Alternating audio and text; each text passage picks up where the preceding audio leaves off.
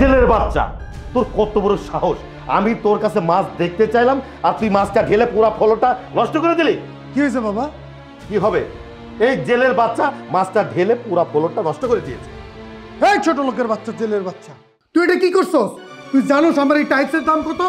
তোর কিডনি বেচলো তো এই টাইলসের দাম হইব না। হ্যাঁ, তুই টাইলসের মর্ম বুঝবি? একটু আগে বুয়া এসে ঘরটা পরিষ্কার করে দিয়ে গেল, এই ঘরটা কি করছো? নোংরা করে ফেলাইছে। চুপ করো তুমি। সমস্যাটা আসলে ওর না, সমস্যাটা তোমাদের। এসব ছোট লোকের বাচ্চাদের ঘরের মধ্যে কেন ঢুকতে দাও? ঢুকতে দাও তোমরা এই জন্য, এরা লাইফে এরকম একটা কাজ করে ফেলে। শোনো, ওর মাছের দামটা ওকে দিয়ে ঘাট ধাক্কা দিয়ে এখান থেকে বের করে দাও। তুমি একদম ঠিক বলছো। এই তোর মাছের দাম কয় টাকা? দাম? আপনারা যদি আমার মাছের দাম কোটি টাকাও দেন, আমি তারপরে ওই মাছ এই জায়গায় বিক্রি করুন না। এই এই কি বললি? 1 কোটি টাকা? তোর এই মাছের দাম তো 1000 টাকাও হবে না, আর তুই 1 কোটি টাকা দাম চাচ্ছিস? বাবা, আপনি বুঝতে পারছেন না? এইসব হচ্ছে এই ছোট লোকদের ধান্দা। যেখানে এই মাছগুলোর দাম 1000 টাকা না, সেখানে আবার বলছে 1 কোটি টাকা হলেও বিক্রি করবে না। ওরা ধান্দা নিয়ে ঘোরে। শুনেন বাবা, ওকে দেখলে না আমার শরীরটা পুরো জ্বলে যাচ্ছে। ওকে এক্ষুনি ধাক্কা দিয়ে বের করে দেন। কেন বিক্রি করুন না?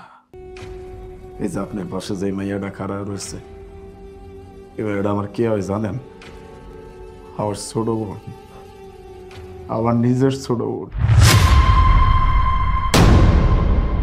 আমি কল্পনাও করতে পারি নাই যে আমি এই জায়গায় এসে আমার বোনটারে দেখতে পারবো। এই বোনটার জন্য আমি কি করি নাই। আমি জেলে মাছ ধরা, মাছ বিক্রি করা, এটা আমার কাম। আমি আমার কাম নিয়ে কোনোদিন লজ্জা করি না। আমাকে 2 ভাই বোনের রাইখা আমার বাপ মা যখন মরে যায়, তখন এই বোনটারে আমি অনেক কষ্ট করে মানুষ করছি। সেই ছোট্টবেলা থেকে আমি নিজে খাওয়ার চিন্তা করি নাই। আমার বোনটা কি খাইলো না খাইলো এই চিন্তায় আমি সব সময় থাকছি। আমি নিজে কষ্ট করছি, আমি পরিশ্রম করছি, আমি ওরে পড়াশোনা করাইছি। আমি নিজের দিকে তাকাই নাই। যখন যেই কামটা পাইছি আমি তখন সেই কামটা করছি। শেষমেশ এই মাছের ব্যবসা এসে যখন আমার একটা ভালো সময় এলো, তখন থেকে আমি এই মাছের ব্যবসা করি। এই মাছের ব্যবসা করে আমি আমার বোনটারে এত বড় করছি। আমার সেই বোন আজকে আমার পরিচয় দিতেছে না। আমারে ছোট লোক, জেলে, এই সব কিছু বইলে আমার অপমান করতেছে। আমার কোনো আফসোস থাকতো না যদি আপনারা এই সব কিছু করে আমার অপমান করতেন। আমার কোনো আফসোস থাকতো না। কিন্তু আমার ছোট বোন, যে বোনটারে আমি কোলে পিঠে করে মানুষ করলাম, এই বোনটা আমার পরিচয় লুকাইতেছে। লুকাইব না কেন? এত বড় বাড়িতে থাকে, আমি সামান্য একটা জেলে তার ভাই। এটা যদি আপনারা জানতে পারেন তাইলে তো আমার বোনের মান সম্মান থাকবো না। আপনারা জানেন ও আমারে কইছিল ভাই ঢাকা শহরে এসে বড় ভার্সিটিতে পড়াশোনা করব। আমি যে কেমনে টাকা পয়সা জোগাড় করে আমার বোনটারে পড়াশোনা করাইছি, আমি ওরে ভার্সিটিতে ভর্তি করাইছি। প্রথম 2-3 মাস পর একবার বাড়িতে গেল, তারপরে যে এই ঢাকা শহরে ফেরত আইলো, আর কোনোদিন আমার বাড়িতে গেল না। কত খোঁজাখুঁজি করছি। আমি কালে ভাবছি আমার বোনটা সেই জায়গায় থাকুক, আল্লাহ ওরে ভালো রাখো। আজকে যে আমার বোনটারে আমি এমনিতে হুম, এটা আমি কল্পনা করতে পারি নাই। আমি খুব খুশি হয়েছিলাম। আমার মুখটা দেখা মনে হয়েছিল যে এতদিন পর আমি আমার বোনের মুখটা দেখছি।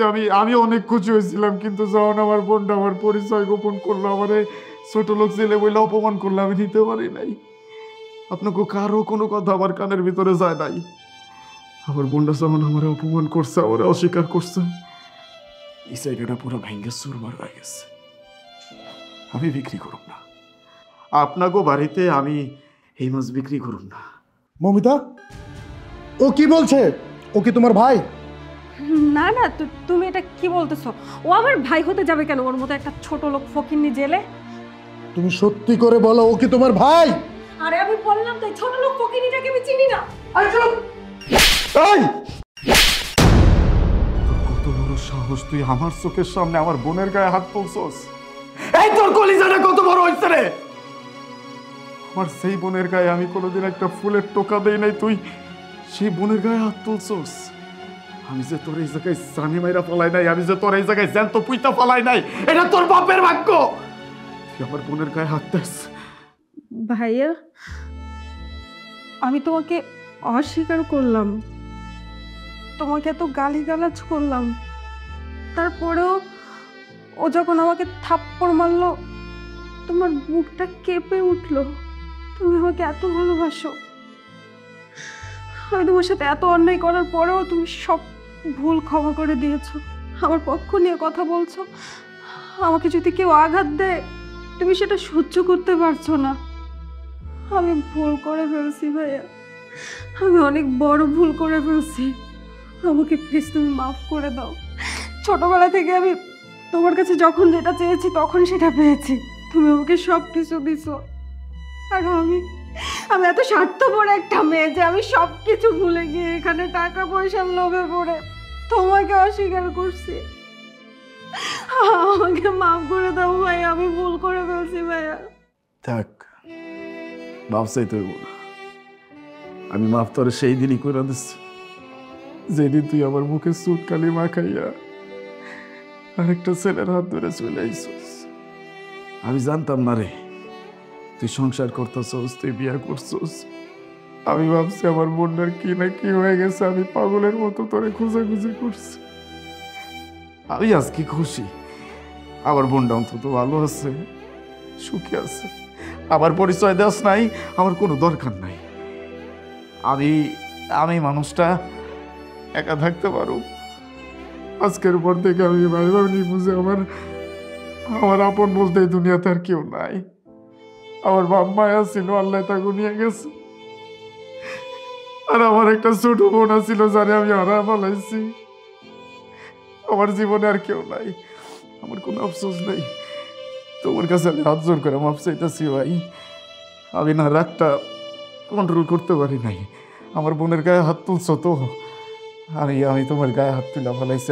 আমারে মাফ করে দিও। আমার এই অপরাধের শাস্তি আমার বোনরে দিও না। আমি যাই। ভালো থাকিস। দাঁড়াও বাবা, তুমি তো আমার আত্মীয়, তুমি এই বাড়ি থেকে কোথাও যেতে পারবে না।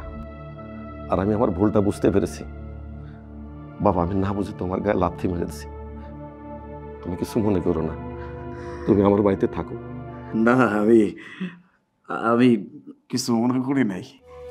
গরিব মানুষ তো, এই ছোট্টবেলা থেকে মানুষের লাথি উষ্টা খায় আমার অভ্যাস আছে।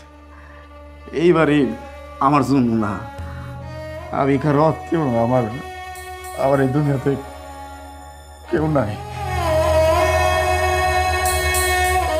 সিসি ম্যাডাম, আপনি এত খারাপ?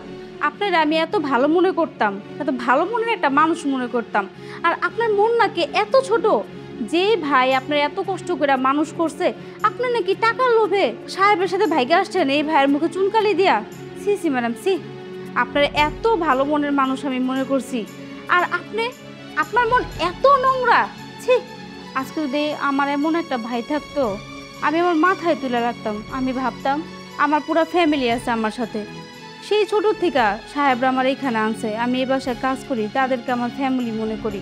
আর আপনার মন কিনা এত নোংরা। সিসি ম্যাডাম, আপনার ম্যাডাম বলে পরিচিত তো আমার ঘৃণা লাগতেছে। শিব, তুই বিয়ে করে যে ভুলটা করেছিস সেটা আমি কিছু মনে করিনি, কিন্তু এখন তোর বউ যে অন্যায়টা করেছে সেটা আমি মানতে পারবো না। তোর বউ তার ভাইকে যদি মেনে নিতে পারে, এই বাড়িতে আসতে পারে, তখনই আমি মেনে নিব।